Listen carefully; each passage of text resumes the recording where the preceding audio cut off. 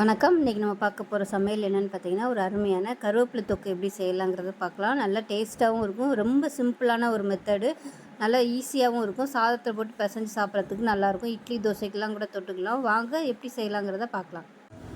இப்போ ஒரு பேன் எடுத்துக்கலாம். பேன் சூடானதும் இதில் பார்த்திங்கன்னா 1 டீஸ்பூன் அளவுக்கு கடுகு சேர்த்துக்கலாம்.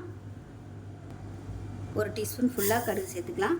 அதே போல் 1/4 டீஸ்பூன் போல் வெந்தயம் சேர்த்துக்கலாம். 1 டீஸ்பூன் வர கொத்தமல்லி சேர்த்துக்கலாம். 1 டீஸ்பூன் கடலைப்பருப்பு சேர்த்துக்கலாம். இது எல்லாத்தையுமே நல்லா வறுத்துக்கலாம். இப்போ பாருங்கள், கடுகு நல்லா வெடிக்க ஆரம்பிக்குது. இந்த ஸ்டேஜில் இதை மிக்ஸி ஜாருக்கு மாற்றிக்கலாம். இப்போ அதே கடாயில் ஒரு 2 டீஸ்பூன் அளவுக்கு எண்ணெய் விட்டுக்கலாம். எண்ணெய் விட்டுட்டு நல்லா ஒரு கைப்பிடி அளவுக்கு கழுவி காய வச்ச கருவேப்பிலையில் சேர்த்துக்கலாம். இப்போ பாருங்கள், இது நல்லா வதங்கிருச்சு. இதையும் மிக்ஸி ஜாருக்கு மாற்றிக்கலாம். இப்போ இதில் கடுகு, வெந்தயம், கடலைப்பருப்பு எல்லாமே அரைச்சி வச்சுருக்கேன். இப்போ இந்த கருவேப்பிலை இதில் சேர்த்துக்கலாம். சேர்த்துட்டு தண்ணி ஊற்றாமல் அரைச்சிக்கலாம்.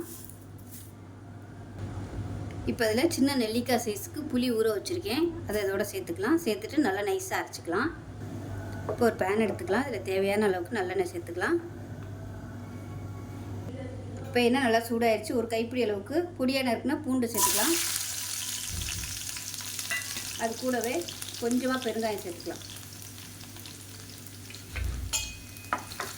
பூண்டு நல்லா செவந்து வரட்டும். இப்போ பாருங்கள், பூண்டு நல்லா செவக்க ஆரம்பிச்சிருச்சு. இந்த ஸ்டேஜில் மிளகாத்தூள் சேர்த்துக்கலாம்.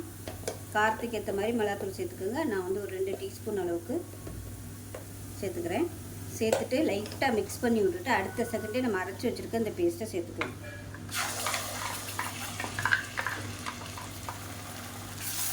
இல்லைன்னா மிளகாத்தூள் கருகி போயிடும்.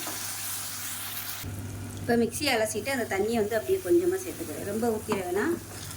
இது நல்லா வதங்கி சுருண்டு எண்ணெய் பிரிஞ்சு வரணும். அந்தளவுக்கு நல்லா மீடியமான ஃப்ளேமில் வதக்கிக்கலாம். இப்போ 1/4 டீஸ்பூன் போல் உப்பு சேர்த்துக்கலாம். வற்றி வந்ததுக்கப்புறமா பத்தலைன்னா நம்ம திருப்பி சேர்த்துக்கலாம். இப்போவே கரெக்டாக சேர்த்துட்டோம்னா வற்றி வந்ததுக்கப்புறம் ரொம்ப அதிகமாக போயிடும். அடுப்பு நல்லா குறைச்சி வச்சுக்கோங்க. இப்போ பாருங்கள், தொக்கு அருமையாக ரெடி ஆகிடுச்சு. எண்ணெயெல்லாம் அப்படியே பிரிய ஆரம்பிச்சிருச்சு. அதே சமயம் நல்லா அப்படியே சுருண்டு வர அளவுக்கு நல்லா வதங்கிடுச்சு. இந்த ஸ்டேஜ் வரைக்கும் வதக்கி எடுத்து வச்சுட்டோம்னா உங்களுக்கு கெட்டே போகாது.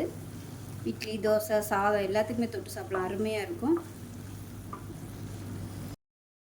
ஸோ இதே மாதிரியே ரொம்ப சிம்பிளான இந்த கருவேப்பிலை தொக்கை செஞ்சு பாருங்கள். டேஸ்ட்டு வேறு லெவலில் இருக்கும். செஞ்சு பார்த்துட்டு எப்படி இருந்துச்சுங்கிறத சொல்லுங்கள். வீடியோ பிடிச்சிச்சின்னா லைக் பண்ணுங்கள், கமெண்ட் பண்ணுங்கள், சேனலை சப்ஸ்கிரைப் பண்ணுங்கள், பக்கத்தில் பெல் பட்டனையும் ப்ரெஸ் பண்ணுங்கள். நன்றி.